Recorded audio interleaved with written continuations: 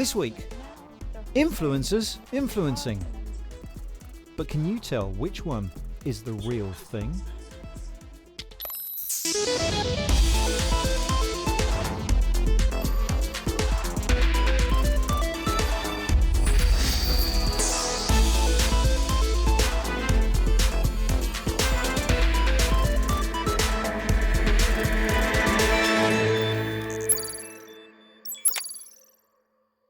Hey, welcome to Click. Hope you're doing okay. This week we have something special for you. You see, every so often we start investigating a subject thinking it will make a nice, interesting 5-minute film, but then we tug on a particular thread and it turns out that there is something way bigger and way weirder going on than we thought. Talking of way weirder, here's Omar Metab. Hey mate. Hey, how's it going? Yeah, good, thanks. So do you want to start off by telling us what you originally set out to look at? Yeah, well, we wanted to find out how online influencers, the big personalities that you see on social media, have been impacted during the pandemic. It seemed pretty straightforward. Yeah, and then things got really interesting, right? Yeah, it did. We started doing a little bit of digging and a pattern emerged of influencers abusing the trust of their millions of followers for their own financial gain. So our story started here with some of the biggest social media influencers in the world. A group called FaZe Clan, famous for esports and entertainment. Put your hands together for FaZe Clan! They have 230 million followers and were recently valued at $250 million. Social media influencing is the new frontier for marketing. Influencers like FaZe Clan make deals with brands to promote products to their millions of followers. So these are the first ever FaZe Beats Pill. I'm a big Man City fan. For some, it's easy to dismiss influencers, but they are trusted by hundreds of millions of people. And brands know that when it comes to marketing their products, trust translates into money. But the pandemic had financially impacted a lot of these companies. And so we wanted to know if that meant that influencers had also been hit. But it turned out that things had actually been going pretty well for FaZe Clan. So just before the pandemic, a new trend was emerging of influencers moving into huge houses together. And these guys now live in a $35 million estate in Los Angeles. Hey everyone, so would you mind giving me a tour of the house? Yeah, absolutely. It's incredible to think that social media influencers have become so big that these guys are able to live in a mansion in LA. It's meant to help them collaborate and constantly create new content to feed their hungry fans. Something which has come in very handy during the pandemic. This is another spot where we come and spend some time. Oh my God. Yeah. So when you said lake, you meant an actual flipping lake? Yeah. More people are watching, more people have time to watch more, and they want more even when they're done because they're still on their phones, they're still looking for content to, consume. What happens during the pandemic where people are home more, right? We have direct access to our fan base on a 7 days a week, 365-day cycle. And then you have traditional production all on hold, both film and television. And here we are in the gaming space that we can still keep the trains running on time. And we had even an added benefit of some of our celebrity friends and partners. They're all home also with very little to do, and we could lean on them to help participate in different pieces of content. We closed deals that were in the pipeline, and we developed new deals during the pandemic. But the truth is, it hasn't all been huge deals and the LA highlight for most. Here's the thing, the majority of influencers don't have hundreds of millions of followers and a slick CEO. There are millions of influencers who are sole traders, and they're actually able to make a living with only tens of thousands of followers. People who are famous to you on Instagram may not be the same people who are famous to me on Instagram, because there are millions of them who have varying levels of followers and influence. Over time, once people got followings that reached a certain level, people realized that they were basically owners of mini media empires. And once the money became clear in that relationship, people started to seek out more followers, more engagement, more brand deals, and build businesses themselves. But those millions of mini influencers depend on smaller brands, smaller deals, and a lot less of them. And we found out that many of them have struggled during the pandemic. Zara McDermott is one influencer who sits in the middle ground. She's got just under 1.5 million followers, and she works with a lot of mid-level brands. I've seen influencers taking on jobs that I wouldn't necessarily see them taking on maybe before the pandemic. Just because I think there's a little bit of an era of like, maybe let's take as many jobs as we possibly can. But this was the moment it became so much more. Right at the end of the interview, Zara said something which took our investigation to an unexpected new direction. So since the pandemic began, we found that we've received a really large quantity of emails from brands selling what I think is counterfeit goods, and basically trying to get influencers to market these on their channels. And I just believe that a lot of these brands are trying to exploit influencers during this time by offering them excessive amounts of money for very small deliverables. And not all of these influencers had turned these offers down. Hey guys, as you can see, I have my new wireless earphones in. I literally use my AirPods every single day, which is cute. And they're all wireless. Today I've had a lot of DMs, and the sound quality is banging, really good, and they connect to any Bluetooth device. Now, off camera at Zara's interview, her manager, Charlie Payton, told us that her email inbox was flooded by companies offering thousands to get them to advertise knockoff products. So we went to find out more. Some of the slightly more suspicious brands that reach out to us are often willing to pay, and I know that they do actually pay a lot more money than the going rate in the industry, sometimes even up to 3 times the price that we'd usually charge for certain promotions.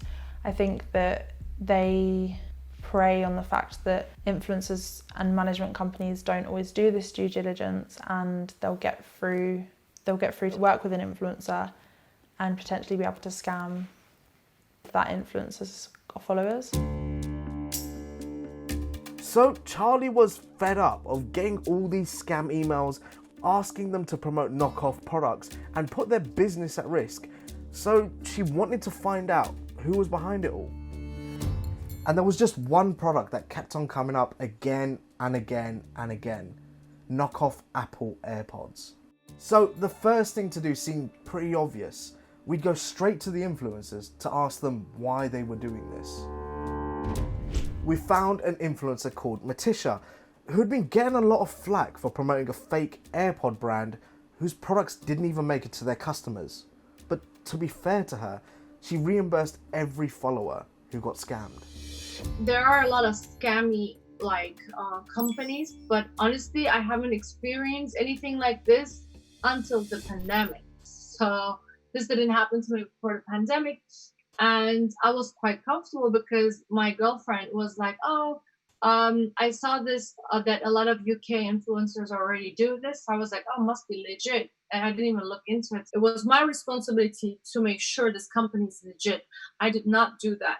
So in order to fix it, I have to stand behind my mistake. And if they get scammed, it's also not only because of the money, they get angry, why people like us or people that are in public actually do this type of promotion without looking into it. And they're totally right. I can't say anything but to apologize. And I think if somebody like Kylie Jenner do this, they need to get it right, and they have the money. They should reimburse every single person. I think if I can't do it, they can't do it too. And then we found out that even the biggest influencers in the world were being paid to promote these knockoff AirPods.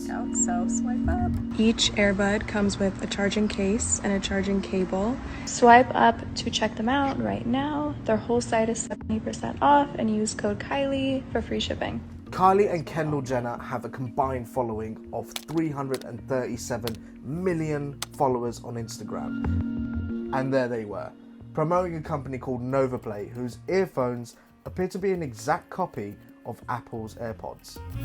So we emailed the Jenners, and after speaking to their representatives multiple times, in the end, they declined to comment. Hey mate, how's it going? Hey, not bad, not bad. It's quite crazy actually. We've uncovered a lot of videos of influencers promoting knockoff Apple products on their Instagram. This is what happens, I think, when just people become traders and they haven't had the training and they're not aware of the laws, they can end up just flogging any old stuff. We're actually about to order a couple of pairs for ourselves now to have a look. Hello and welcome to the Week in Tech. It was the week that Google announced plans for a new transatlantic undersea network cable to connect the UK, US and Spain. Universal and movie theatre chain AMC cut a deal to make new films available for streaming online faster, from up to 3 months to just 17 days. And we heard that CES, one of the world's largest tech gatherings with thousands of people meeting in Las Vegas, will next year be an all-digital, online-only event. It was also the week that the heads of Apple, Amazon, Facebook, and Google faced claims of harmful power from US lawmakers.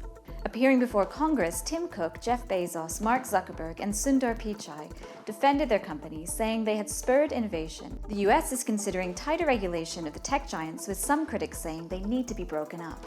Computers at the Vatican were reportedly breached by a group of state-backed hackers from China. A US cybersecurity firm made the claim ahead of a sensitive meeting between the Vatican and China. Israeli ultra-fast battery charging company StoreDot demonstrated a 5-minute charge of a commercial drone, which they said would normally take 60 to 90 minutes. StoreDot says this will allow a continuous mission using charging stations. And finally, Spot, Boston Dynamics' robot dog, is back with a new job and a new name this week. Fluffy, come here. Ford have renamed Spot Fluffy and have leased a pair. Equipped with 5 cameras, they will help create 360-degree 3D scans of their factory floor.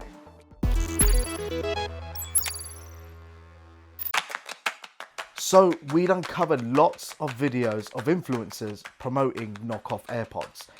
The next logical step was to order a couple of pairs for ourselves. And the first company we ordered from was Arkensia.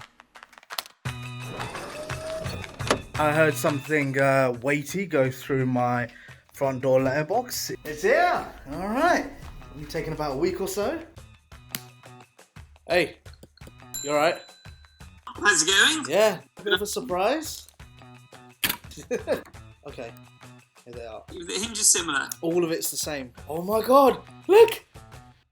I've got a pair of AirPods here, hold on. Okay, wait, hold on. I'm gonna mix them up in my hand. Which one's the real one? So one's on the left. Yeah, those ones. These are fake. It must be breaching Apple's design rights. So who do we actually show these to get these? Well, we're going to Trading Standards. So we went to see Trading Standards, who were well aware of influencers promoting knockoff goods. And we wanted to know if they could ever combat this. Even though it's not necessarily bearing the Apple trademark, the overall impression of the packaging, the design of the case, the design of the earbuds inside is designed to give that impression that this is an Apple product, and that is clearly an issue. I think the important thing when we're talking about influencers in particular is that anybody would look at taking a stepped approach in terms of any formal action against influencers. In the first instance, we would probably look at providing some advice to influencers. Having had those conversations around advice about consumer law, influencers then continued to exhibit breaches, then at that point is the time when Trading Standards could consider more formal action against any influencers. And because of the way these transactions are happening, it makes it harder for regulators to track the knockoffs. It does make it easier for products to enter the UK supply chain that perhaps otherwise would have been more readily detected if they were coming in perhaps in large quantities. Okay, so another company that Charlie had forwarded to us was one called Soundplay, who are also selling these earphones. And I ordered them about a month ago. Here they are. They're obviously copying Apple's like images. Yeah. Oh, it keeps stopping and starting. These don't even function properly. Yeah, no, these are really bad. Okay, I'm gonna charge them up because this one works and this one doesn't. So I charged them, and unbelievably, this one earphone still didn't work. So I emailed Soundplay to ask them about selling knockoff AirPods, and mine not even working, but they didn't reply. So talk to me about Apple. Have you found out whether Apple are doing anything about this problem? Well, Apple did tell us that they are taking action against companies selling knockoff goods. There is one company we've been looking at, however, NovaPlay. Kylie Jenner made a video advertising them back in November and made one as recent as May as well. And since then, they've been operating this whole time. So for a company that's being advertised by a massive influencer, you'd think they'd pick up on it. Apple's not shy about protecting its reputation, let's be honest. Although I suppose Kylie Jenner is also a massive personality, so maybe this is a case of the unstoppable force meeting the immovable object. I tell you, it's really interesting. Stay in touch. Let me know how you get on. Apple did provide a statement for us and said that last year alone, they sought the removal of close to 1 million listings for counterfeit and knockoff products from online marketplaces. It was about this time that we started talking to some e-commerce experts to find out who was behind this wave of knockoff products and influencer promotions.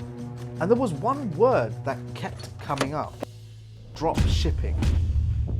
Dropshipping has become this highly accessible business for a lot of people. All you need is an internet connection and a laptop, and you're ready to go. The issue of dropshipping is a relatively new phenomenon. It's a very, very fast-moving business model that's constantly changing. We're constantly seeing new entrants into the market, new platforms that provide the service. So as regulators and enforcers, to a certain extent, we're always trying to play catch-up. We started searching and we found hundreds of people saying they were making a fortune dropshipping. But what is it? Here's a little rundown. The dropshipper goes to an online Chinese marketplace, often AliExpress. They find a low-priced product, set up a website, and add a huge markup. Influencers are paid to promote the product and send you straight to the website. When you buy the product, it's shipped directly to you from China. The seller could be on a different continent and never even see the product. Dropshippers don't hold any inventory, so there's no financial risk. And it's important to be really clear. Dropshipping isn't illegal. For example, here's Kevin David, who just moved into his pretty sweet new apartment in Miami. And he gave us a very honest insight about the insane amount of money that dropshippers are actually making. You can have a massive business without ever going to China, right? Like I've personally sent millions of dollars to China. I've gotten millions and millions of dollars worth of products. I've never been to China.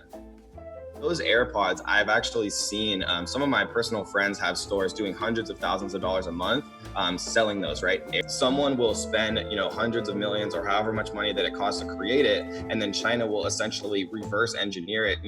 Some sharp drop shippers take advantage of that, and they create, massive incomes by leveraging those trends and being able to offer those really kind of exclusive high-end products for much cheaper. It's very easy to kind of take the moral high road, but I think if a lot of people had the skill set and caught a trend at a certain time and were making $1,000 profit a day or $10,000 profit a day, I think that they would probably think slightly differently about that circumstance. So we contacted loads of dropshippers and even chatted to quite a few of them. And there was one thing that really stood out amongst them all. They're just like you and me. Some of them even work out of their bedroom. But the difference is they're making huge sums of money. I couldn't even afford the rent, so I blew it up. I blew my credit. So fast forward, I grabbed one of the products that took me to believe, which was a Super Bowl ring. I made $55,000 in that month. Quit my job in my bad, and then fast forward, I made over $20 million in the last 5 years drop shipping, dramatically changed my life. All we needed to do was look on YouTube at these guys bragging about how much money they're making and sharing tips on how to get in on it. And when we were going through all these videos, we found something incredible. One guy was even showing other dropshippers a template letter to copy and send influencers. It was that easy. In the template that I give my students that you can just copy paste and use for yourself, it's right here. Instagram influencer reach out script, and I'm gonna say hey and the name of that person. My name is, and you're gonna put your name. That YouTube explainer was stunning and revealed so much. The professional looking emails Charlie showed us, sent from the mysterious companies, were actually just from bedrooms around the world.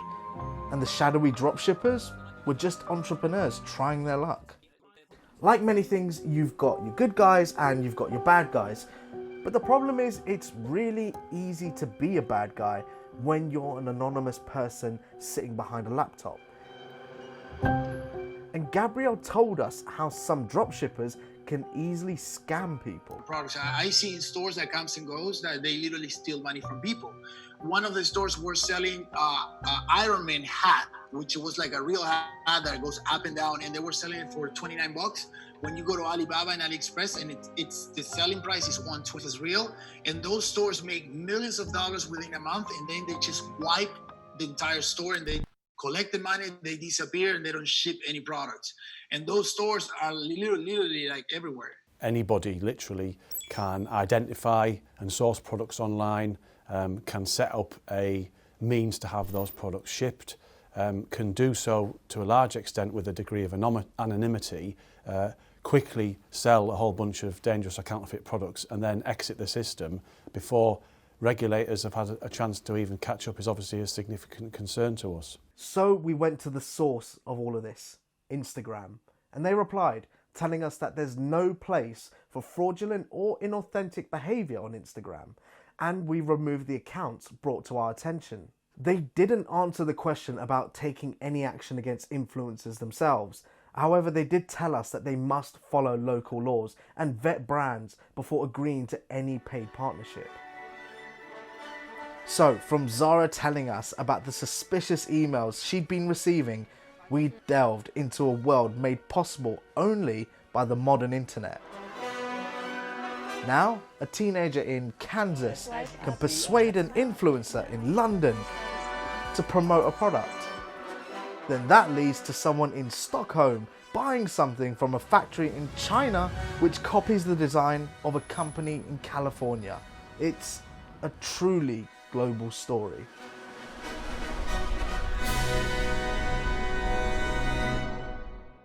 What are your final thoughts on this subject? Well, with everyone that we've spoken to, there seems to be a consensus that influencers should be held to the same standard as other traders. And I guess if influencers continue to promote these imitation goods, their trust will be eroded too. So what can people do to protect themselves? Take your time. Don't just have that knee-jerk reaction and buy something that you see come up on your feed. Check social media, check review websites. If there are complaints against the company or, what people are saying about the product.